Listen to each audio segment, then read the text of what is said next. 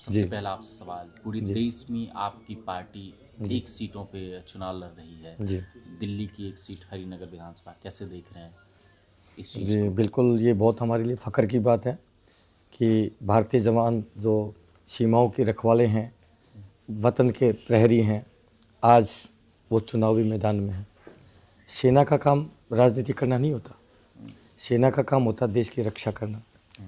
लेकिन दुर्भाग्य से आज जो देश का आकलन सैनिकों ने किया, चिंतन मंथन किया, तो देश की जो हालात जिस कंडीशन में पहुंचा दिया है हमारे देश के आकाओं ने, इसलिए मजबूर होकर के, विवश होकर, लाचार होकर के हम लोगों को निर्णय लेना पड़ा। क्योंकि आज जो देश में नफरतों के बयार बह रही है, आज देश को ऐसे मुहाने पे लाके खड़ा कर दिया। अगर देश को नहीं बचाया गया सैनिकों द्वारा, तो आज देश में गृह युद्ध के कगार पर लाके खड़ा कर दिया। इसलिए इस बात का चिंतन और मंथन करके सैनिकों ने इस बात का निर्णय लिया कि अब देश की बागडोर सैनिकों को संभालनी पड़ेगी। संसद और विधानसभा में सैनिकों को जाके बैठना पड़ेगा, तभी जाकर के देश एक ऊंचाइयों तक पहुंचेगा जिसकी कल्पना हमारे उन वीरों ने करी थी। याद करिए उन वीरों की कुर्बानियां, भगत सिंह, सुखदेव, राजगुरु, मंगल पांडे हंसते हंसते अपने प्राणों की बाजी लगा के चले गए देश को आज़ाद कराने के लिए। क्या उनके सपनों का भारत है? क्या आप बताइए? नहीं। उनके सपनों का भारत है? इसीलिए सैनिकों ने संकल्प लिया। उन आज़ादी के परवानों ने जो सपना देखा था, उसी मुकाम पर पहुंचाने के लिए सैनिक जो है राजनीति में कूदे। उसी चीज़ को जी, वापस लाने के लिए जो शहीदों ने सपना देखा था जी, भारत की बिल्कुल। आज़ादी को लेकर, उन लोगों द्वारा जो आज़ादी दिलाई गई, उसी आज़ादी को बरकरार रखने के लिए लाखों सैनिकों की कुर्बानियां हो चुकी हैं। ये जो उसी आज़ादी को बरकरार रखे हुए हैं, ये सैनिकों की वो है ताकत बेटा।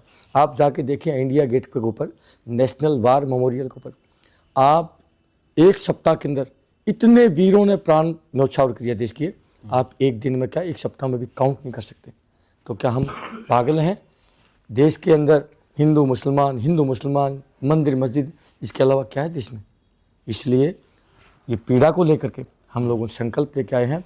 और दिल्ली के अंदर हरिनगर विधानसभा में हमारे भारतीय सेना के जाबाज सूबेदार मोहन भारद्वाज, जिनका चुनाव निशान माचिस है, उनको लेकर के हम लोगों ने यहाँ पर ताल ठोकी है। मुझे यकीन है एक तरफ देश का रक्षक है और दूसरी तरफ देश का भक्षक है, देश को लूटने वाले हैं। इन बेईमान नेताओं का बेटा, हम राजनीति करने नहीं आए, हम देश नीति करने के लिए आए। इन बेईमान नेताओं का इलाज करेंगे। इलाज करना कैसे आता है। इलाज करेंगे? ऐसा इलाज करेंगे कि याद करेंगे इनको, देश में नहीं विदेश में भी जगह नहीं छोड़ेंगे। किस तरीके से इलाज करेंगे? इलाज होगा, किस तरीके वो से? हमें पता करना था। जब इंटरनेशनल बाउंड्री के ऊपर हम उन गुंडे मवालियों का इलाज करते हैं, तो इनका भी होगा। ये तो गली के गुंडे हैं, इनका इलाज करेंगे। हम राजनीति करने नहीं आए बेटा, सौगंध खा के आए हैं। इस वर्दी ने कभी भी देश की आन बान शान झुकने नहीं दिए। लेकिन आज जो देश में हालात हो रही है, एक नेता बनता है 5 साल के लिए, उसके पास अरबों की संपत्ति का अंबार लग जाता है। कहाँ से आता है? क्या तनख्वाह है क्या इतनी नेता की? उनकी तनख्वाह का अगर कैलकुलेशन किया जाए, मुश्किल से लाख से 1.5 लाख रुपए। हमारे IITN, हमारे बड़े बड़े इंजीनियर, पायलट महीने की कम से कम 2-2, 3-3 लाख रुपए पगार लेते हैं। उपताऊ उम्र, पूरी ज़िंदगी में वो अरबपति नहीं बनते, और ये 5 साल में अरबपति बन जाते। कहाँ से पैसा आता है बताइए? इलाज किया जाएगा, हम जानते हैं सारी चीज़ों का। तो इलाज किया जाएगा? इलाज करने के लिए, हम इलाज करने के लिए आए। इलाज करने के लिए इन आप आए? बेईमान और राक्षसों का इलाज करने के लिए हम लोग आए हैं। हमारा मकसद राजनीति नहीं करना, हमारा मकसद है देश नीति करना। और सैनिकों ने देश नीति की है सदैव। आप जगह जगह जा रहे हैं, किस तरीके से जनता का समर्थन मिल रहा है? किस तरीके से बहुत वर्दी को देख करके जनता फिदा हो जाती है। बहुत ही रिस्पेक्ट, मान सम्मान मिल रहा है। हमें यकीन है इस बार देश के हरिनगर विधानसभा में एक चमत्कारिक परिणाम आएगा। मुझे यकीन है जैसे सीमाओं पर खड़े होकर के हम लोगों ने देश का मान सम्मान कभी झुकने नहीं दिया, तो जनता हमारा मान सम्मान, क्योंकि वो लड़ाई हमारे हाथ में थी, यहाँ की लड़ाई जनता के हाथ में है। हमें यकीन है जब हमने देश का झंडा नहीं झुकने दिया, तो क्या जनता हमारा झंडा तो आपको झुकाएगी? यकीन है कि जनता इस बार आप पे भरोसा करेगी? बहुत ही चमत्कारिक परिणाम आएगा। अच्छा, जीतने के बाद क्या करेंगे हरिनगर के लिए? हरिनगर में जो आज तक इन निकम्मे नेताओं ने नहीं किया, वो कब वो करेंगे? आज तक जो नहीं किया, आप देखिए, आप सरकारी जो हॉस्पिटल हैं हमारे दिल्ली सरकार के, उनमें जाके देखिए, आप नाक बंद करके जाने का बदबू मारते हैं। आर्मी के जो हमारे हॉस्पिटल हैं, आप उसमें भी जाके देखिए, आर्मी के कंटोनमेंट एरिया में जाके देखिए, और यहाँ के जो झुग्गी झोपड़ी यहाँ पर देखिए, इंसान तो छोड़िए, जानवर भी ऐसी जगह में नहीं रह सकता। ऐसी नरकीय जीवन हमारे जो है गरीब भाई जी रहे हैं। क्या इन गरीबों के लिए वो सुख सुविधा नहीं मिलनी चाहिए क्या? इसलिए मन में पीड़ा है, क्योंकि हम गरीब किसान मजदूर के बेटे हैं। हम लोग किसी बड़े बड़े फैक्ट्री मालिक या नेताओं की औलाद नहीं है। हम लोगों ने गरीबी झेली है और हम गरीबों के लिए लड़ना जानते हैं, और वही पीड़ा लेकर के आज समाज में उतरे। हमें यकीन है कि ज़रूर हमारे देशवासियों का, हरिनगर वासियों का आशीर्वाद मिलेगा। आप जब झुग्गी झोपड़ी में कुछ दिन पहले गए थे, जी। तो वहाँ किन तरीके से समस्याओं से लोग जूझ रहे हैं? मैं तो कहता हूँ ऐसी कंडीशन में यदि मुझे कोई कहे कि महीने का 5 लाख रुपए दूंगा तो मैं नहीं रह सकता। मैं हूँ तो गरीब, लेकिन ऐसी कंडीशन में हमारे भाई बंधुओं को, माताओं बहनों को रहना पड़ता है। इन नालायक सरकारों की जो है, ये इनकी जो हरकत देख करके हमारा दिल रो रहा है। मुझे यकीन है कि एक बार मौका मिलेगा तो हम वो करिश्मा करके दिखाएंगे, वो वातावरण और वो स्वच्छ, क्योंकि सबसे ज़्यादा सैनिटेशन के ऊपर सेना में काम किया जाता है। और हमारा मंथली एक बार सैनिटेशन राउंड भी होता है, इंस्पेक्शन कहते हैं हम लोग। जब वो चीज़ें हम सीख के आए हैं तो क्या हम अपने सिविल समाज को नहीं दे सकते? यहाँ बदबू मारता, नाक बंद करे बिना वहाँ से निकल नहीं सकते। वहाँ ऐसी कंडीशन में हमारे भाई रह रहे हैं जहाँ एक जानवर भी, सूअर भी नहीं रह सकता। वहाँ पर हमारे माताओं बहनों को रहना पड़ता है। क्या इनको शर्म नहीं आती? इस देश में पैसे की नदियाँ बहती हैं, पैसे की कमी नहीं है। अरबों खरबों का टैक्स कलेक्शन करते हैं। हमारा जो भाई है सुबह से शाम तक रोज़मर्रा की जो ज़िंदगी में जो चीज़ें इस्तेमाल करता है, हर चीज़ में टैक्स लेती है सरकार, लेकिन उनको सुख सुविधाएं कौन देगा? वहाँ पर गए थे हम झुग्गी झोपड़ियों में, वहाँ पीने का पानी नहीं, वहाँ पर सीवर लाइन नहीं, वहाँ साफ़ सफाई नहीं, वहाँ पर बिजली ठीक की सुविधा ठीक से नहीं है। क्या है वहाँ पर? बेचारों को ज़िंदगी व्यतीत करनी पड़ रही है। बड़ी आत्मा रो रही है, लेकिन हमें यकीन है हम कुछ कर पाएँ। अगर हमारे देश के लोगों ने मौका दिया तो हम बहुत काम करने के लिए पड़े। शिक्षा का अधिकार है, लेकिन राइट टू एजुकेशन, उसके बावजूद में वहाँ के जो बच्चे हैं, आप कंडीशन जाके देखिए, वहाँ पर 95% बच्चे अनपढ़ हैं। 95%। क्या ये राक्षस का हम पूरे देश को जो है इलिटरेट रखना चाहते हैं, अनपढ़ रखना चाहते हैं? इनको पता है कि अनपढ़ रहेंगे तो बस ये तुम्हारा जो है वोट बैंक बना रहेगा। ये कभी नहीं चाहेंगे कि देश शिक्षित हो, ये कभी नहीं चाहेंगे देश प्रगति करे, ये कभी नहीं चाहेंगे लोग अपने पैरों पर खड़े हो। लोग इनके भीख मांगते रहें और इनको वोट बैंक डालते रहें। ये लोग यही चाहते हैं। हम नहीं चाहते। हम फौजी हैं।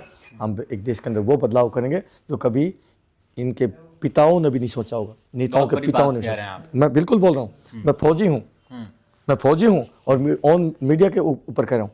यदि सैनिकों ने कभी देश को धोखा दिया हो, सैनिकों ने कभी देश के साथ कोई गद्दारी की हो, हमारा जब देश पर कोई आपदा आई है, भूकंप हो, बाढ़ हो, दंगा हो, आग लग जाए, आतंकवादी आ जाए, कोई कुएं में गिर जाए या कोई पहाड़ में फंस जाता है, और जहाँ पर इन नापुंसक नेताओं के हाथ खड़े हो जाते हैं, इन नापुंसक नेताओं के हाथ खड़े हो जाते हैं, हाथ पैर फूल जाते हैं, लास्ट विकल्प क्या बचता है? आप बताइए मेरे को, क्या बचता है? लास्ट विकल्प सेना बचती है। और जब सेना मोर्चा संभालती है तो पूरा देश अस्वस्थ हो जाता है कि मेरे फौजी भाई आगे, अब देश को बढ़िया से आप नेताओं को संभाल लें। आप नेताओं को नपुंसक भी यस, लेकिन कई लोग इस पे विवादित आप पे नापुंसक हैं। एक बार नहीं, 1 लाख बार कहूंगा, 1 लाख बार कहूंगा। आत्मा रो रही है बेटा, राजनीति करनी नहीं है। हम फिर कह रहे हैं हम देश के लिए अपने आप को न्यौछावर करने गए थे सीमाओं पर, और यहाँ पर राजनीति में आ रहे हैं तो यहाँ पर भी जिस प्रकार की सीमाओं पर लड़े हैं, यहाँ पर भी ऐसे ही समाज के लिए लड़ेंगे हम। तो आपको लग रहा है कि जिस तरीके से आपने नेताओं को नपुंसक कहा, कई लोग आप पे कार्रवाई करने दो ना। मैं तो कहता हूँ करिए समाज में, फिर हम उनको दिखाएंगे तुमने ये किया है, हम दिखाएंगे उनको तुमने ये किया है। उनको जवाब देना भारी हो जाएगा समाज को। समाज सब जानता है, समाज मूर्ख नहीं है, सब अन्न खाते हैं। समाज के पास में कोई बढ़िया विकल्प नहीं था, इसलिए इन चोर चक्कों को झेलना पड़ रहा था। आ चुके हैं उनके भाई, उनके बेटे, इस देश के रखवाले आ चुके हैं मैदान में, हमें यकीन है। अभी दिल्ली में केजरीवाल की सरकार है, कई लोग कह रहे हैं कि अच्छा काम कर रहे हैं, आप कैसे देख रहे हैं? क्या उन्होंने कुछ अच्छा काम नहीं किया है? आपको लगता है दिल्ली 50 साल पीछे कर दिया केजरीवाल ने, 50 साल पीछे। बहादुरगढ़ से मैं कई बार आता हूँ, बहादुरगढ़ से लेकर पीरागढ़ी तक रोड की वो हालात है कि झारखंड और बिहार के भी रोड ऐसे नहीं होंगे। आप जाके देखिए, इतनी जर्जर कंडीशन में रोड है। यहाँ सीवर लाइन का पानी, घरों में जो पानी आता है वो सीवर लाइन का मिला हुआ पानी आता है, पीला पानी आता है। आप पानी पी नहीं सकते। यहाँ कूड़े के अंबार लगे हैं। एमसीडी में केजरीवाल, दिल्ली की सरकार में केजरीवाल ने क्या क्या बेटा? केजरीवाल ने तो दिल्ली का बेड़ा गर्क कर दिया, बेड़ा गर्क। इससे तो कम से कम जो पहले वाली सरकारें रही हैं उन्होंने कुछ काम किया है। आज एक ऐसी कंडीशन है, यदि 10 मिनट का जहाँ पर ट्रेवलिंग का रास्ता होता है गाड़ी में जा करके, वहाँ पर 2 घंटे लगते हैं, 2 घंटे। जहाँ पर जाम ऐसा भयंकर लगता है और जहाँ पर थोड़े से खुले रोड हैं, वहाँ पर इस शातिर केजरीवाल ने वहाँ पर कैमरे लगा दिए और स्पीड के 40 किलोमीटर की स्पीड से आप ज़्यादा चलते हैं तो आपका चालान घर पहुँच जाता है। अरे 40 किलोमीटर अगर दिल्ली में आपने हमारी स्पीड को कंट्रोल कर दिया, रिस्ट्रिक्ट कर दिया, तो हर जगह पूरी 40 की स्पीड मिलनी चाहिए, नहीं मिलनी चाहिए? जब आप हम पर टैक्स जुर्माना लगा सकते हैं, चालान आप हमारे घर आ सकता है, तो सरकार का टैक्स, सरकार के ऊपर चालान क्यों नहीं होना चाहिए? सरकार को भी देना चाहिए जुर्माना। अगर हम जहाँ पर जाम फंसता है, जहाँ पर 5 मिनट का रास्ता नहीं, वहाँ पर हमें 2 घंटे लगते हैं, तो इसका जिम्मेवार कौन होना चाहिए? सरकार होनी चाहिए। वो जो जाम लगते हैं उसका रेक्टिफिकेशन करना चाहिए सरकार को। जहाँ पर अंडरपास देना है, और फ्लाईओवर देना है, रोड को चौड़ा करना है, ये कौन काम करेगा? ये सरकारों को करना चाहिए। और